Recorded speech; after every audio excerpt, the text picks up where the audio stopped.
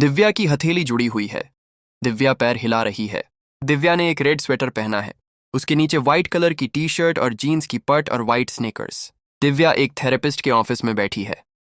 Cabin किसका था? Dad का था। तुम्हें कुछ याद है उसके बारे में? दिव्या नीचे सिर झुका लेती है। नहीं, बस कुछ फोटो में ही देखा है। सच में जाना चाहती हो? दिव्या एक हल्की और भीखी सी हंसी हंसती है। कई सालों तक तो मुझे पता ही नहीं था कि ऐसी कोई जगह भी है।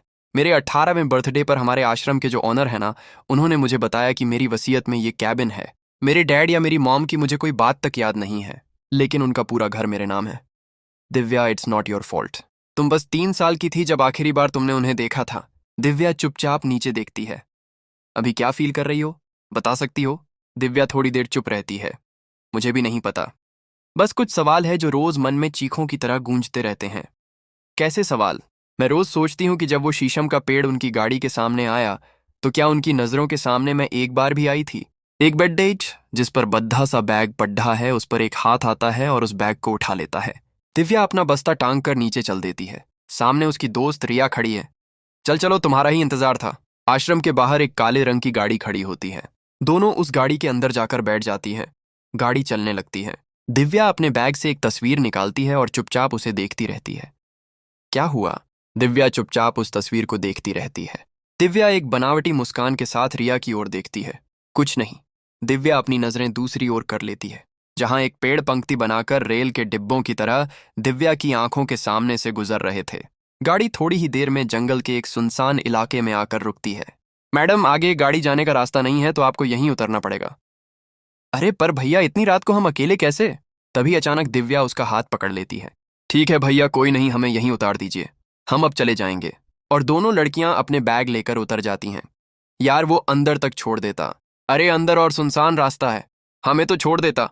बाद में बेचारा खुद अकेला जाता और बीच में कुछ दिक्कत वगैरह हो जाती तो बता कहाँ जाता। ठीक है, ठीक है। जंगल का रास्ता एकदम सुनसान होता है।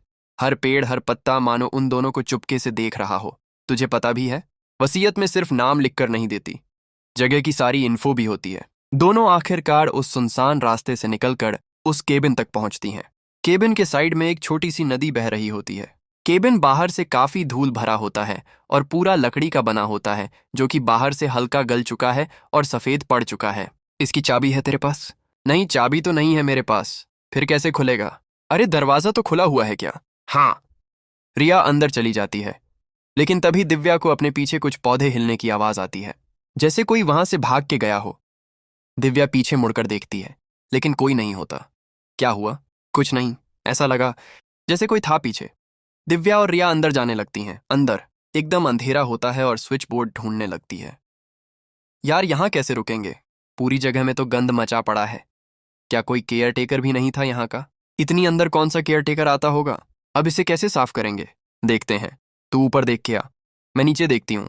रिया अपने बैग से एक न्यूज़पेपर निकालती है और उस पर अपना बैग रख देती है।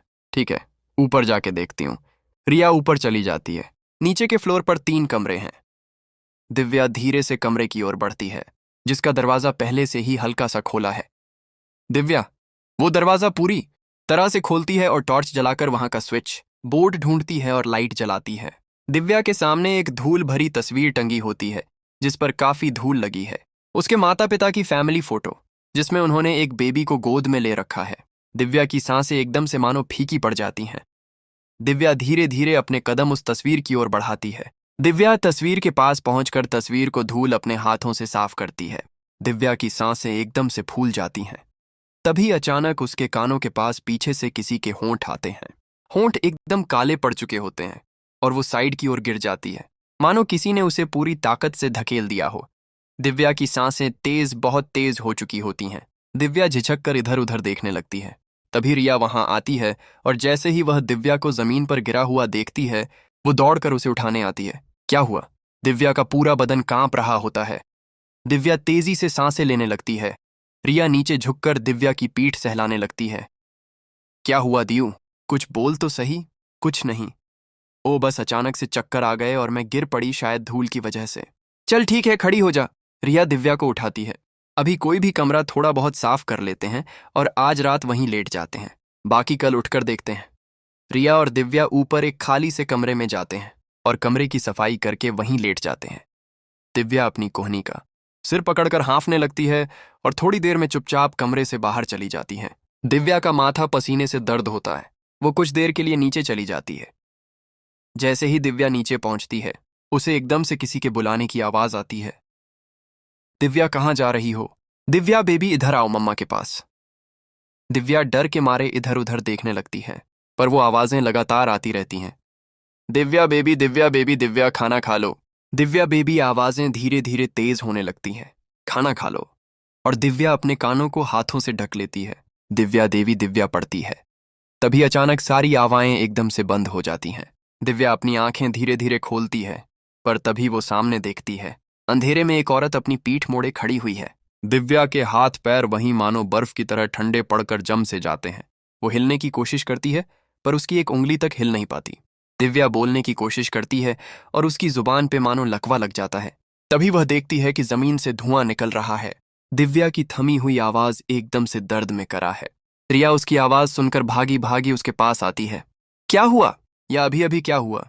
यहाँ क्या? तू पहले उठ और ऊपर चल, मेरे साथ चल। हाँ, क्यों आई तू? रिया दिव्या के माथे पर हाथ रखती है। तेरी तबीयत खराब हो रखी है, पूरा शरीर तप रहा है तेरा। रिया दिव्या को ऊपर ले जाती है। क्या हुआ था? दिव्या थोड़ा शांत होती है। एकदम से ऐसा लगा जैसे पूरी जमीन जल रही हो, पूरी की पूरी। लिया की मन की चिंता अब साफ उसके चेहरे पर दिखने लगी थी। दिव्या, मैं अभी भी कह रही हूं, चल यहां से। मुझे ये जगह ठीक नहीं लग रही। ये घर है मेरा रिया, कैसे छोड़ दूं इसे? तू एक बात बता, ऐसी जगह किसका घर होता है? जंगल में इतनी सुनसान जगह पर? दिव्या, मुझे ऐसी जगह पर आने का कोई शौक नहीं है। सिर्फ तेरे लिए आई हूं, लेकिन यह जगह ठीक नहीं है। रोज रोज हर दिन मेरे मन में बचपन से सिर्फ एक ही सवाल चलता रहता है। मेरे मम्मी पापा कैसे थे? मेरा घर कैसा था? मैं कैसी थी? यहां आना मैं भी नहीं चाहती थी, पर मुझे मेरे सवालों का जवाब ढूंढने का हक है। तू सो जा अभी, कल बात करेंगे। रिया और दिव्या अपने मन के तूफान समेटकर चुपचाप बिस्तर पर लेट जाती हैं। अगले दिन दिव्या और रिया पूरे घर की सफाई में जुट जाती हैं। दिव्या दिव्या दिव्या उसके पास आती है। ये अलमारी में कई चीजें रखी हैं, देख तो सही एक बार। दिव्या भी कागज और बैग निकालती है। दोनों एक एक करके बेड पर बैठकर तस्वीरें देखने लगती हैं। कुछ तस्वीरों में दिव्या के मम्मी पापा हैं और कुछ में दिव्या थोड़ी बहुत दिखाई देती है। ये तू है? तेरी सिर्फ अब तक मैंने बेबी वाली फोटो ही देखी थी। इसमें कितने साल की होगी तू? पता नहीं थी तो तू बहुत क्यूट। दिव्या मुस्कुरा देती है। दिव्या अपने पापा का ऑफिस बैग खोलती है। उसमें कहीं कागज और एक बैंक की पुरानी पासबुक रखी होती है। बैंक की पासबुक देख खोल के, हो सकता है उनके बैंक अकाउंट में अब भी कुछ पैसे पड़े हों। वो पैसे तो तकनीकी रूप से तेरे ही हैं। सीए का दिमाग हर जगह पैसे के चक्कर में ही चलता है। नहीं, तू ही देख ले क्या है क्या नहीं है। दिव्या सारे कागज देखने लगती है और रिया पासबुक पलटती रहती है। तभी दिव्या देखती है कि बैग के नीचे का कपड़ा फटा हुआ है। वहां एक और कागज छिपा है। दिव्या उसे निकालती है। ये क्या है? क्या हुआ? इस अकाउंट से हर महीने तेरे पापा के अकाउंट में पैसे ट्रांसफर हो रहे हैं, गाड़ी वगैरह की किस्त होगी। पर वही अकाउंट होता ना, 3 सालों से हर महीने पैसे जा रहे हैं। लेकिन आखिर कुछ महीनों में अकाउंट नंबर बदल गया और अमाउंट भी बढ़ गया। पहले 20,000 जाते थे, अब 820। दिव्या उलझी हुई है। पता नहीं यार। दिव्या वो कागज पढ़ने लगती है। साहिल, सुमन बोल रही हूँ। माफ करना तुम्हें खत भेजना पड़ा, लेकिन मेरे पास और कोई रास्ता नहीं था। इतरा के खर्चे अब धीरे धीरे बढ़ रहे हैं और कुछ महीनों में उसे स्कूल भी भेजना है। मेरी सैलरी खाने और किराए में खत्म हो जाती है, तो अगली बार से थोड़े पैसे ज्यादा भेजना, वरना मजबूरी में मुझे तुम्हारे पास आना पड़ेगा। ये मत समझना कि मैं तुम्हें डरा रही हूँ। जो कर रही हूँ वो सिर्फ अपनी बच्ची के लिए नहीं, हम दोनों की बच्ची के लिए कर रही हूँ। भले ही पिछले 3 सालों में तुमने आकर अपनी इस बेटी की शक्ल भी नहीं देखी, लेकिन इतरा उतनी ही तुम्हारी बेटी है जितनी दिव्या। नीचे एक नया अकाउंट नंबर लिखा है, अगली बार से उसमें पैसे भेजना। हो सके तो एक बार अपनी बेटी की शक्ल देख जाना। सुमन। रिया, वो अकाउंट नंबर बताना जिस पर आखिरी के कुछ महीनों में पैसे गए हैं। क्या हुआ? क्या लिखा है इसमें? रिया नंबर बताती है और दिव्या के हाथ से कागज गिर जाता है। उसकी आंखों से आंसू बहने लगते हैं। दीवू, क्या हो गया? दिव्या अपना मुंह ढककर रोने लगती है या आकर उसे गले लगा लेती है। दीवू, कुछ तो बोल, क्या हुआ है? पापा का अफेयर चल रहा था। वाट? दिव्या बुरी तरह से रोने लगती है। रिया वो चिट्ठी उठाकर पढ़ती है। उनकी एक बेटी भी थी। हाँ, पता नहीं वो कहाँ है, होंगी या नहीं। तू अभी रेस्ट कर, बाद में देखेंगे ये सब। हम यहां से जा रहे हैं अभी के अभी। तू ठीक कह रही थी, यहां रुकने का कोई फायदा नहीं है। तभी उन्हें पीछे से एक औरत की फुसफुसाती आवाज सुनाई देती है। अब तुम कहीं नहीं जाओगे। दोनों डर से सुन पड़ जाती हैं। एक औरत, इसके बाल उसके चेहरे पर झूम रहे हैं, धीरे धीरे उनकी ओर बढ़ती है। कहीं नहीं जाने दूंगी। उनके कानों के पास होंठ लाकर तुझे बुलाया था। दिव्या और रिया को एहसास होता है कि उनके पीछे बेड पर कोई बैठा है। रिया दिव्या की ओर हाथ बढ़ाकर उसे खींचती है और दोनों वहां से भागने लगती हैं। दिव्या एक साइड के दरवाजे की ओर दौड़ती है, लेकिन वो बंद होता है। तभी वो औरत तेजी से उनके पीछे आती है। कहा था ना नहीं जाना। जाना चाहती हो तुम तो जाओ। वो दोनों को जोर से धक्का देती है। रिया और दिव्या के पैरों तले जमीन खिसक जाती है। ये सब क्या हो रहा है दिव्या? वो औरत एकदम से रिया के सामने आ जाती है और उसका हाथ पकड़ लेती है। दिव्या नहीं है ये, मेरी दिव्या नहीं है ये। दिव्या उस औरत के सामने हाथ जोड़कर गिड़गिड़ाने लगती है। आप प्लीज उसे छोड़ दीजिए। गले लगा लेती है। दीवू कुछ तो बोल। क्या हुआ है? पापा का अफेयर चल रहा था। व्हाट? दिव्या बुरी तरह से रोने लगती है। रिया वो चिट्ठी उठाकर पढ़ती है। उनकी एक बेटी भी थी। हाँ, पता नहीं वो कहाँ है, होंगी या नहीं। तू अभी रेस्ट कर, बाद में देखेंगे ये सब। हम यहां से जा रहे हैं अभी के अभी।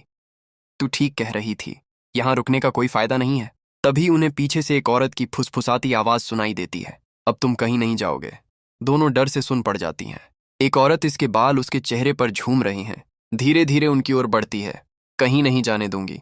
उनके कानों के पास होंठ लाकर तुझे बुलाया था। दिव्या और रिया को एहसास होता है कि उनके पीछे बेड पर कोई बैठा है। रिया दिव्या की ओर हाथ बढ़ाकर उसे खींचती है और दोनों वहां से भागने लगती हैं। दिव्या एक साइड के दरवाजे की ओर दौड़ती है, लेकिन वो बंद होता है। तभी वो औरत तेजी से उनके पीछे आती है। कहा था ना नहीं जाना। जाना चाहती हो तुम तो जाओ। वो दोनों को जोर से धक्का देती है। रिया और दिव्या के पैरों तले जमीन खिसक जाती है। ये सब क्या हो रहा है दिव्या? वो औरत एकदम से रिया के सामने आ जाती है और उसका हाथ पकड़ लेती है। दिव्या नहीं है ये, मेरी दिव्या नहीं है ये। दिव्या उस औरत के सामने हाथ जोड़कर गिड़गिड़ाने लगती है। आप प्लीज उसे छोड़ दीजिए। सच सामने आ जाता है। माँ बाप धोखा, दूसरी बेटी हसद, कत्ल। 2 गोलियां चलती हैं, सब खत्म हो जाता है। दिव्या सदमे में एकटुक खाली नजरों से देखती रहती है। बताओ, उसकी क्या गलती थी?